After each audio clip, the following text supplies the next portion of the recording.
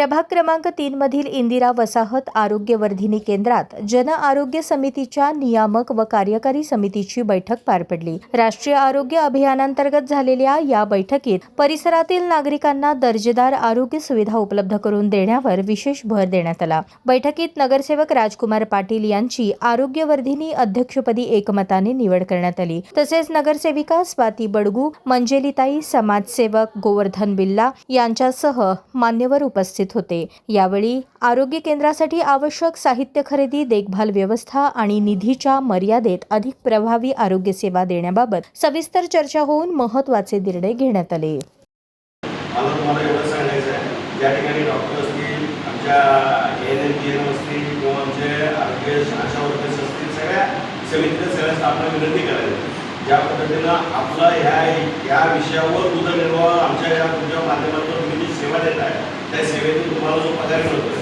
त्या पगाराच्या माध्यमातून आपलं घर, कुटुंब, शाळा, मुलं हे जे पालनपोषण तुमच्या ह्या संस्थेच्या माध्यमातून होत असतं त्या माध्यमातून प्रामाणिकपणे काम करावं।